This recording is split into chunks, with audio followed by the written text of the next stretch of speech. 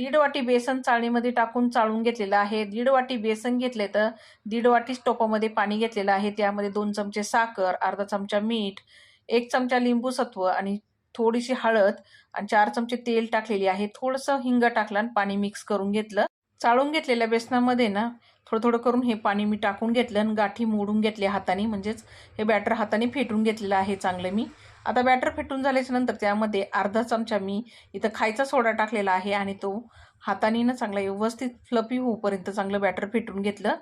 तेलाने ग्रीस केलेल्या कुकरच्या डब्यामध्ये बॅटर टाकून घेतलं आणि टोपामध्ये पाणी उकळलेलंच होतं त्यावरती डब्बा ठेवून घेतला आणि 25 मिनिटं ढोकळा स्टीम करून घेतलेला आहे. ढोकळा स्टीम होऊपर्यंत ना मी इकडे तडका पण तयार करून घेतलेला आहे. ढोकळा कट करून त्याच्यावरती ना तडका टाकून घेतलेला आहे. एकदम मऊ लुसलुशीत जाळीदार कापसासारखा ढोकळा तयार झालेला आहे. डिटेलमध्ये आपल्या चॅनलवरती रेसिपी अपलोड आहे, नक्की बघा. धन्यवाद.